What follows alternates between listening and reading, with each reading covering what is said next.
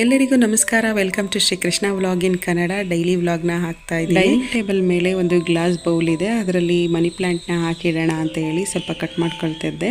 ಅದರಲ್ಲಿ ಇದ್ದದ್ದನ್ನು ಮುಂಚೆ ಬೇರೆ ಪಾಟ್ಗೆ ಬದಲಾಯಿಸಿಟ್ಟಿದ್ದೆ. ಬೇರೆಲ್ಲ ಚೆನ್ನಾಗಿ ಬಂದ ಮೇಲೆ ಮಣ್ಣು ಪಾಟ್ಗೆ ಹಾಕಿದ್ದೆ. ಹಾಗಾಗಿ ನೀರಲ್ಲಿ ಹಾಕೋಣ ಅಂತ ಹೇಳಿ ಮನಿ ಪ್ಲಾಂಟ್ನ ಕಟ್ ಮಾಡಿ ಇಟ್ಕೊಳ್ತಿದ್ದೀನಿ. ಯಾರಾದರೂ ಗಾರ್ಡನಿಂಗ್ ಮಾಡಬೇಕು ಅಂತ ಅಂದರೆ, ಗಾರ್ಡನಿಂಗ್ ಅಂದರೆ ತುಂಬ ದೊಡ್ಡದಾಗಿ ಅಲ್ಲ, ಸ್ವಲ್ಪ ಚಿಕ್ಕದಾಗಿ ಒಳಗಡೆ ಇಂಡೋರ್ ಪ್ಲಾಂಟ್ ಎಲ್ಲ ಇಟ್ಕೊಂಡಿರ್ತಾರಲ್ಲ, ಆ ಥರದ ಪ್ಲಾಂಟ್ಗಳಿಗೆ ಮನಿ ಪ್ಲಾಂಟ್ ಹೇಳಿ ಮಾಡಿಸಿದ ಗಿಡ ಅಂತ ಹೇಳ್ತೀನಿ.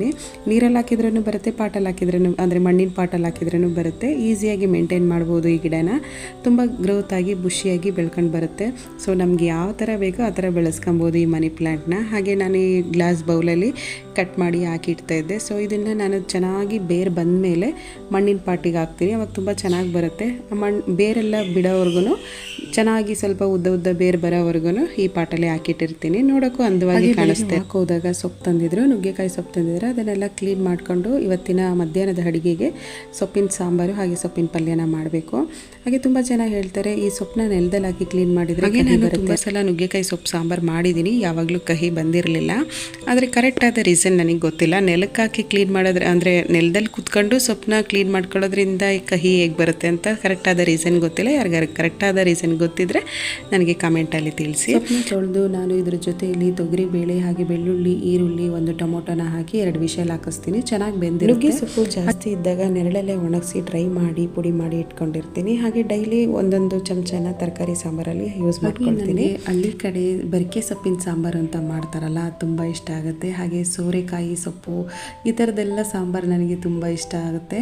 ಹಳ್ಳಿ ಕಡೆ ಸ್ವಲ್ಪ ಬೇರೆ ಬೇರೆ ಥರದ್ದು ಹಲವಾರು ಸೊಪ್ಪುಗಳನ್ನ ಕುಯ್ಕೊಂಡು ಬಂದು ಸೊಪ್ಪಿನ ಸಾಂಬಾರು ಮಾಡ್ತಾರೆ, ತುಂಬ ಟೇಸ್ಟ್ ಆಗಿ. ಸೊಪ್ಪಿನ ಸಾಂಬಾರು ಜೊತೆಗೆ ಡೈಲಿ ಮಧ್ಯಾಹ್ನಕ್ಕೆ ಮಜ್ಜಿಗೆ ಇರಬೇಕು ನಮಗೆ ಊಟಕ್ಕೆ. ಹಾಗೆ ಪಾಂಡಿಚೇರಿಲಿರೋ ಬಿಸಿಲಿಗೆ ಮಜ್ಜಿಗೆ ಬೇಕೇ ಬೇಕು ಅಂತ ಅನ್ನಿಸ್ತಿರುತ್ತೆ.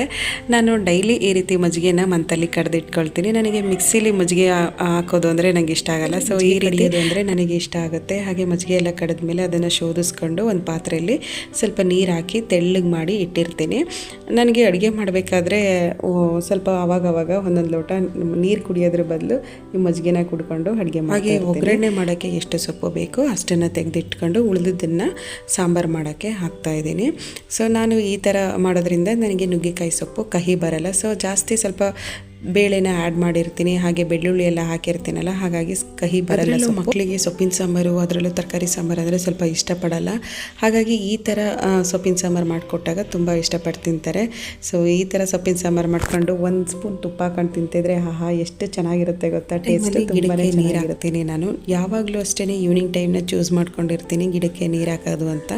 ಸ್ವಲ್ಪ ಈವ್ನಿಂಗ್ ಟೈಮಲ್ಲಿ ಹಾಕಿದರೆ ಗಿಡಗಳು ತಂಪಾಗಿರುತ್ತೆ. ಬಿಸಿಲು ಜಾಸ್ತಿ ಇರೋದ್ರಿಂದ ಬೆಳಗ್ಗೆ ಟೈಮ್ ಹಾಕಿದ್ರೆ ಅದು ಒಂಥರ ವರ್ತ್ ಅಂತ ಅನಿಸಲ್ಲ. ಈವ್ನಿಂಗಲ್ಲಿ ಹಾಕಿದರೆ ಸ್ವಲ್ಪ ತಂಪಾಗಿರ್ತವೆ ಗಿಡಗಳು ಅಂತ. ಹಾಗೆ ನಮ್ಮ ಮನೆಯಲ್ಲಿ 6 ಅಡಿಕೆ ಮರಗಳಿದೆ. ಸೊ 6 ನಾನು ಹಾಸನಿಂದನೇ ತಂದು ಹಾಕಿದ್ದಂಥದ್ದು ಅಡಿಕೆ ಮರನ. ಇದುವರೆಗೂ 4 ಒಂಬಾಳೆ ಹೂವನ್ನ ಬಿಟ್ಟಿದೆ ಈ ಮರದಲ್ಲಿ. ಆದರೆ ಯಾವುದೂ ಒಂದು ಕಾಯಿ ಬಿಟ್ಟಿಲ್ಲ. ಈ ರೀತಿ ಬಾಡೋಗುತ್ತೆ. ಏನು ಕಾರಣ ಅಂತ ಗೊತ್ತಿಲ್ಲ. ಅದಕ್ಕೆ ಮಣ್ಣು ಸಾಲ್ತಾ ಇಲ್ವಾ ಏನು ಅಂತ ಸರಿ ನನಗೆ ರೀಸನ್ ಗೊತ್ತಾಗ್ತಾಯಿಲ್ಲ. ಏನಾದರೂ ಗೊತ್ತಿದ್ರೆ ಅದಕ್ಕೆ ಏನು ಔಷಧಿ ಹಾಕಬೇಕು ಅಂತ ಗೊತ್ತಿದ್ರೆ ನನಗೆ ಕಮೆಂಟಲ್ಲಿ ತಿಳಿಸಿ.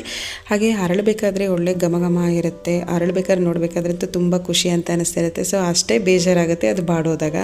ಹಾಗಾಗಿ ನಾನು ಕೇಳ್ತಿರೋ ಅಂಥದ್ದು. ನಾನು ತುಂಬ ಸಲ ಬೇರೆ ಗೊಬ್ಬರಗಳೆಲ್ಲ ಹಾಕಿ ನೋಡಿದ್ದೀನಿ, ಯಾವುದೋ ಸ್ವಲ್ಪ ಕೆಲಸದಲ್ಲಿ ಬ್ಯುಸಿಯಾಗಿರೋದ್ರಿಂದ ಫಿಶ್ ಟ್ಯಾಂಕ್ ಕಡೆಗೆ ಗಮನನೇ ಕೊಡೋಕ್ಕಾಗಿರಲಿಲ್ಲ. ಫುಲ್ಲು ಗಲೀಜಾಗಿ ಹೋಗಿತ್ತು. ಹಾಗಾಗಿ ಕ್ಲೀನ್ ಮಾಡೋಣ ಅಂತ ಬೆಳಗ್ಗೆನೇ ಕ್ಲೀನ್ ಮಾಡಬೇಕಾಗಿತ್ತು. ನಮ್ಮ ರಿತ್ವಿಕು ನಾನು ಇರಬೇಕಾದ್ರೇ ನೀವು ಕ್ಲೀನ್ ಮಾಡಿ ಅಂತ ಹೇಳೋಗಿದ್ದ. ಹಾಗಾಗಿ ಅವನಿರಬೇಕಾದ್ರೆ ಅವ್ನ ಕಣ್ಣು ಮುಂದೆನೇ ನಾನು ಕ್ಲೀನ್ ಮಾಡ್ತಾಯಿದ್ದೀನಿ. ಏನಕ್ಕೆ ಅವನು ಹಂಗೆ ಹೇಳ್ದ ಅಂತಂದರೆ, ಆ ಮೀನು ಜೊತೆ ಕುತ್ಕೊಂಡು ಆ ಬಕೆಟ್ಗೆ ಹಾಕಿದಾಗ ಮೀನು ಜೊತೆ ಕುತ್ಕೊಂಡು ಆಟ ಆಡ್ತಾನೆ. ಹಾಗಾಗಿ ನಾನು ಇರಬೇಕಾದ್ರೇ ನೀವು ಮೀನನ್ನ ಕ್ಲೀನ್ ಮಾಡಬೇಕು ಅಮ್ಮ ಅಂತ ಹೇಳೋಗಿದ್ದ. ಕ್ಲೀನ್ ಮಾಡಬೇಕಾದ್ರೆ ಹಳೆ ನೀರು ಏನಿದೆ ಅದನ್ನು ಒಂದು 2 ಲೀಟ್ರ್ ನೀರನ್ನ ಎತ್ತಿಟ್ಕೊಂಡು ಫುಲ್ಲಾಗಿ ಗಿಡಕ್ಕೆ ಚೆಲ್ದೇನೆ, ಅಂದರೆ ನಾನು ಗಿಡಕ್ಕೆ ಹಾಕ್ತೀನಿ ಆ ನೀರನ್ನ. ಸೊ ಹಾಗಾಗಿ ಹೇಳಿದೆ. ಹೊಸದಾಗಿ ಕ್ಲೀನ್ ಮಾಡಿ ಹೊಸ ನೀರು ಹಾಕಬೇಕಾದ್ರೆ ಮೀನಿಗೆ ಆ ನೀರು ಜೊತೆ ಹೊಂದ್ಕೊಳ್ಳೋಕ್ಕೆ ಕಷ್ಟ ಆಗುತ್ತೆ. ಹಾಕಿದ ತಕ್ಷಣ ಮಾರನೇ ಬೆಳಗ್ಗೆಗೆ ನೋಡಿಬಿಟ್ರೆ ಏನಾಗ್ಬಿಡುತ್ತೆ ಅಂದರೆ ಸತ್ತೋಗ್ಬಿಟ್ಟಿರುತ್ತೆ ಮೀನೆಲ್ಲ. ಹಾಗಾಗಿ ಹಳೆ ನೀರು ಜೊತೆಗೆ ಹೊಸ ನೀರನ್ನ ಮಿಕ್ಸ್ ಮಾಡಿ ಬಿಟ್ಟಾಗ ಮೀನು ಸಾಯಲ್ಲ. ನಾನು ಯಾವಾಗಲೂ ಫಿಶ್ ಟ್ಯಾಂಕ್ನ ಅಲ್ಲೇ ಇಟ್ಕೊಂಡು ಕ್ಲೀನ್ ಮಾಡ್ತಾಯಿದ್ದೆ, ಆ ಟೇಬಲ್ ಮೇಲೆ ಇಟ್ಕೊಂಡು ಕ್ಲೀನ್ ಮಾಡ್ತಾಯಿದ್ದೆ. ಈ ಸಲ ತುಂಬ ಗಲೀಜಾಗಿತ್ತು ಅಂತ ಹೇಳಿ ವಾಷಿಂಗ್ ಏರಿಯಾಗೆ ತಂದು ಕ್ಲೀನ್ ಮಾಡ್ಕೊಳ್ತಾ ಇದ್ದೀನಿ. ತುಂಬ ಪಾಚಿಯಾಗಿತ್ತು. ಹಾಗೆ ನಾನು ಫಿಶ್ ಟ್ಯಾಂಕ್ನ ಕ್ಲೀನ್ ಮಾಡಬೇಕಾದ್ರೆ ಯಾವುದೇ ರೀತಿ ಲಿಕ್ವಿಡು ಮತ್ತು ಸೋಪು ಯಾವ ಥರದ ನೊರೆ ಬರುವಂಥ ವಸ್ತುಗಳನ್ನ ಯೂಸ್ ಮಾಡೋಕ್ಕೆ ಹೋಗಲ್ಲ. ಹಾಗೆ ಬ್ರಷಲ್ಲಿ ಮತ್ತು ಸ್ಕ್ರಬ್ನ ಯೂಸ್ ಮಾಡಿ ಕ್ಲೀನ್ ಮಾಡ್ಕೊಳ್ತೀನಿ. ಮೀನಿಗೆ ತೊಂದರೆ ಆಗುತ್ತೆ, ಜಾಸ್ತಿ ಮೀನು ಅದರಲ್ಲಿ ಇರಲ್ಲ, ಆಮೇಲೆ ಸತ್ತೋಗ್ಬಿಡುತ್ತೆ ಅಂತ ಹೇಳಿ ಯಾವುದೇ ರೀತಿ ಲಿಕ್ವಿಡ್ನ ಯೂಸ್ ಮಾಡೋಕ್ಕೆ ಹೋಗಲ್ಲ. ಎಲ್ಲ ಮೀನು ನಮ್ಮ ರಿತ್ವಿಕ್ ಚೂಸ್ ಮಾಡಿ ತಂದು ಬಿಟ್ಕೊಂಡಿರೋಂಥದ್ದು. ಒಂದೊಂದು ಮೀನಿಗೂ ಒಂದೊಂದು ಹೆಸರಿಟ್ಟಿದ್ದಾನೆ ಅವನ ಫೇವ್ರೆಟ್ ಮೀನುಗಳು ತುಂಬ ಯಾವುದ್ಯಾವುದಿದೆ ಅದನ್ನು ತಂದು ಬಿಟ್ಕೊಂಡಿದ್ದಾನೆ. ಸೊ ಇವತ್ತಿನ ವ್ಲಾಗ್ ಎಂಡ್ ಮಾಡ್ತಾ ಇದ್ದೀನಿ. ನಿಮಗೆ ಈ ವ್ಲಾಗ್ ಇಷ್ಟ ಆದರೆ ನನ್ನ ಚಾನಲ್ನ ಸಬ್ಸ್ಕ್ರೈಬ್ ಮಾಡ್ಕೊಳ್ಳಿ. ಸಿಗೋಣ ಮುಂದಿನ ವ್ಲಾಗಲ್ಲಿ. Thank you for watching.